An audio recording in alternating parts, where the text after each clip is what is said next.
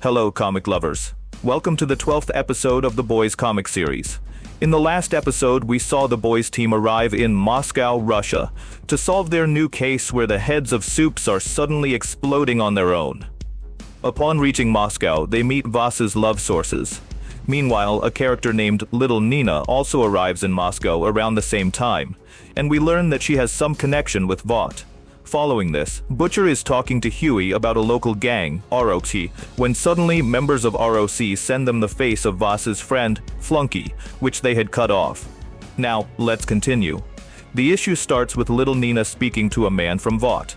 The man asks Little Nina if she has found out about them, but Little Nina interrupts him and replies that she has already taken care of it. She says that all 5 complications and a dog have been dealt with and killed. She then turns her laptop towards the man and says she wants to talk about something else. The man asks if coming from Grozny was worth it for her, to which Little Nina responds that he had said the compound was refined, but its control is still only at 98%. The man replies that percentage-wise, it is still fine. Little Nina remains angry and warns him not to act too smart. She mentions that they have already lost friends to premature blasts of soups, and any more blasts would make the police suspect them. The man responds, asking about the remaining 148 and if they have exploded yet. He acknowledges the unfortunate event where 2 soups exploded prematurely during her field trial, but mentions that such contamination chances exist as the process is still experimental.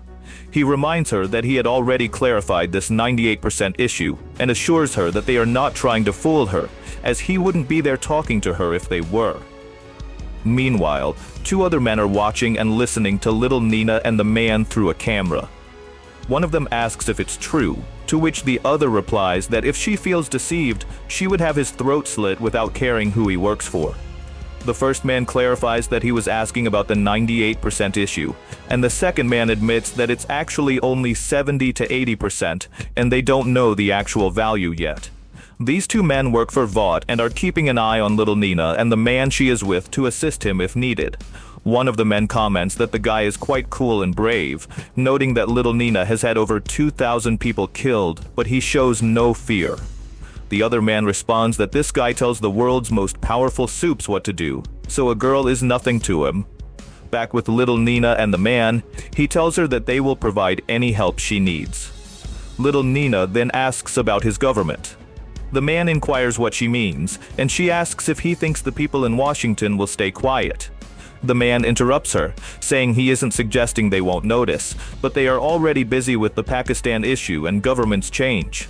Little Nina points out that there's still a year until their elections and questions who would vote for the lousy Vic the Veep.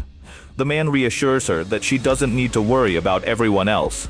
The path is clear, the stage is set, and she is free to do her job. He advises her to keep her eyes on the big prize, Tsarina Nina.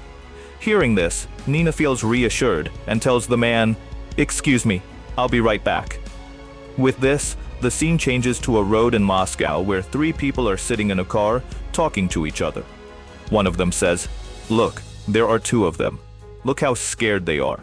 And the second man says, "Damn Americans." Then the third man asks, "What are they talking about?" Rudy, the first man, replies, "Wait, I'll tell you. The smaller one is saying that this was all pretty terrible, really terrible. It sounds like they're scared of us." Rudy continues. The bigger one is saying, "Let's go inside and talk." But the smaller one isn't going inside. He's really scared and saying he shouldn't have come here or joined them. He's giving up. We then see that the 3 men in the car are talking about Huey Campbell and Butcher, who are standing outside Vasa's bar, pretending to fight. Huey whispers to Butcher, "Isn't this enough?" Butcher replies, "We need to give Frenchie a bit more time to do his work. Keep yelling." Meanwhile, we see Frenchie using his enhanced smelling powers to sniff around. Back in the car, one of the men says to the others, "When they go inside, we'll follow them and kill everyone, including the bar owner, and don't forget the dog." On the other hand, Butcher and Huey continue their act. Just then, Frenchie reaches the car door, and we hear screams coming from the car. Huey asks, "Why didn't you have Tara do this?" Butcher replies, "The Frenchman's nose is better than Tara's, my friend, and he's also better at other things." We then see the screams stop and blood splattering out of the car.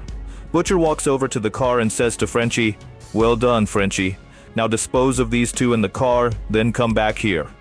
Frenchie and the female then go to dispose of the car and the two bodies inside it, while Butcher keeps the third man for questioning.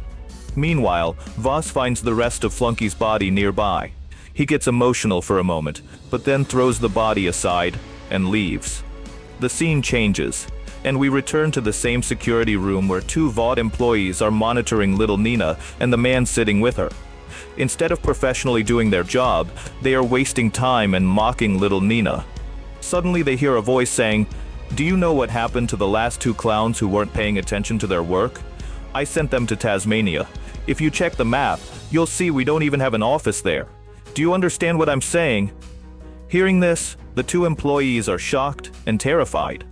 We see that the voice belongs to the man sitting with little Nina. The two employees, bewildered, ask each other how he found out. Meanwhile, we see Terror eating a pizza with Flunky's face on it. Butcher, seeing this, tells Terror, "Don't eat that." We then see that in addition to Terror and Butcher, MM and Huey are also present, along with a man they captured from the car. Butcher starts questioning the man, saying, "So, what do you want to tell me about yourself? I know you can speak English. Frenchie heard you speaking English. If you're more afraid of your boss than us, let me make it clear that you're making a big mistake." Despite Butcher's words, the man remains silent. Butcher continues, "Come on, friend. Just tell us everything quietly, or I'll break another one." The man asks, "Break another what?" Instead of answering, Butcher goes ahead and breaks the man's hand, causing Huey to panic. Butcher asks Huey, "Are you worried about him? This guy just cut off a man's face and put it on a pizza." Huey stammers, But, Butcher interrupts, "But what?" At this point, MM grabs the man and asks him, "Who are you working for?" This time, the terrified man finally responds, "Nina Namenko." Hearing this, Butcher says, MM asks Butcher, "Do you know about Nina?" Butcher replies, "Yeah, I've heard she's a hardcore ROC, a pretty dangerous girl, and famous for doing things in gruesome ways." Butcher then says to the man, "All right, tell us everything else and stop playing question and answer. Tell us everything you know, and maybe, just maybe, I'll let you walk out of here alive." The man explains, "Nina sent us to take you out.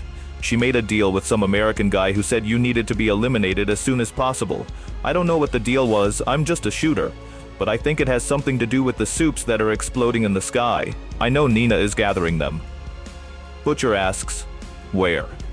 The man replies, "I don't know, please, I'm sorry." Butcher then asks, "Who is this American? Do you know?" The man says, "No, but she's meeting him at Hotel Tupolo soon."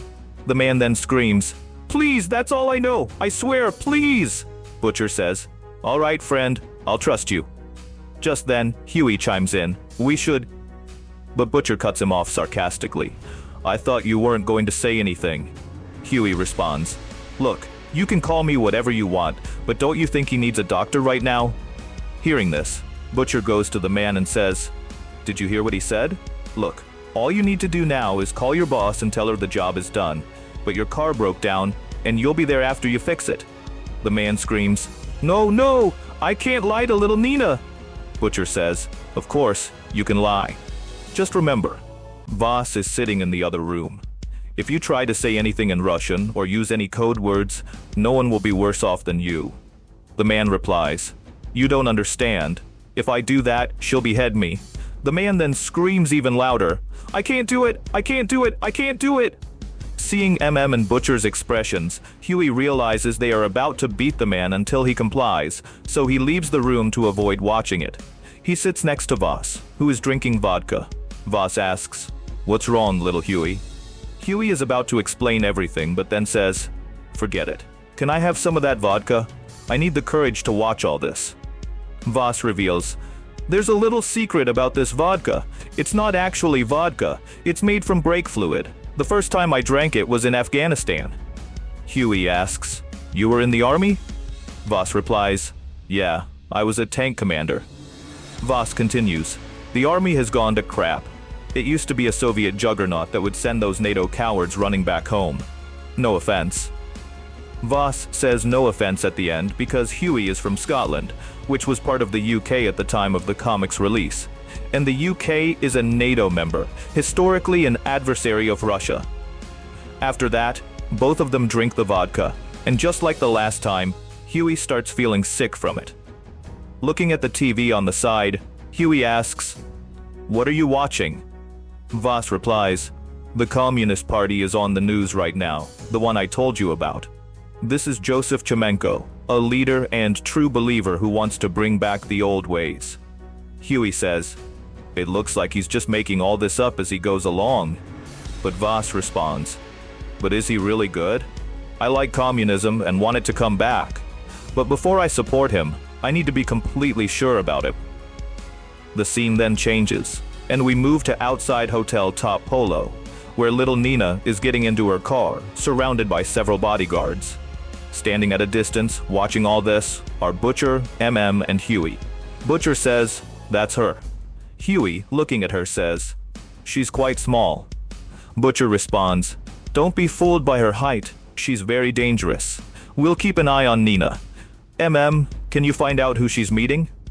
MM replies, "All right," and starts walking away. Butcher then asks Huey, "Do you still have that book?" Huey says, "Yeah," and pulls out a Russian translation book from his coat. Butcher continues, "We'll need to follow her car," and then hails a taxi. Meanwhile, MM enters the hotel and approaches the manager asking, "Do you speak English?" The manager replies, "Yes, sir. Are you American? I like Americans a lot. Dreams?"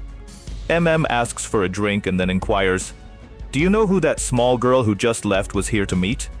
The manager, a bit nervous, says, "No." MM asks again, "Are you sure?" The manager says, "No, I mean, yes, I'm sure, sir. I think she met with a hotel guest, but I don't know them." MM says, "No problem, no problem. I know the kind of people we're dealing with here. So, how about I sit here for an hour or two, and when they come, you point them out to me." As he says this, he pulls out a wad of cash from his pocket and asks, "How does that deal sound?" The scene then changes again, where Butcher and Huey, after following Nina, arrive at a location. There, Butcher sneaks up behind one of Nina's men and kills him by smashing his head against the wall. Huey says, "When they come back, they'll see his body." Butcher replies, "Not if they're outside. I think it's time we had a chat with little Nina. Come on, let's see what she's got stashed here." Huey from behind says, "They might have guns." Butcher responds, "2 people, 2 pistols. We'll each handle one." As he says this, Butcher peeks inside and continues, "And whoever is about to kill you, you take them out." But suddenly, Butcher stops because he is shocked by what he sees inside. We then see a large army of supes standing inside, with whom little Nina is having a conversation. One of the supes asks little Nina, "How much longer do we have to stay here? Do you have any idea how boring this is?" Little Nina replies, "Do you have any idea how much money is about to hit your bank account? So wait here quietly and don't try to call me again." Seeing the crowd, Huey and Butcher quietly slip away. After walking some distance, Butcher says to Huey, "Yeah, I might have messed up by killing that guy and leaving him there, but little Nina would have been suspicious anyway when her men didn't come back, the ones she sent to kill us.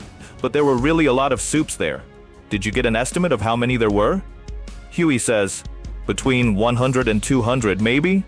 Butcher says, "I think around 150. Some of them are famous and I know a bit about them." Then Butcher continues, "Could little Nina be planning some kind of coup by gathering so many supes?" Hearing this, Huey is stunned. So that was part 2 of volume 4 of the boys comic, Glorious 5-Year Plan. If you liked the video, give it a thumbs up and share it with your comic buddies. If you haven't followed Comic Groove yet, make sure to follow us. You can find the links to all of Comic Groove's social media handles in the video's description, so you can follow us there. And if you want to enjoy the boys without any filters, we've compiled the correct reading order for you. The link to that is also in the description, where you can get all the comic books of the boys today. With that, we come to the end of this video. We'll see you in the next one.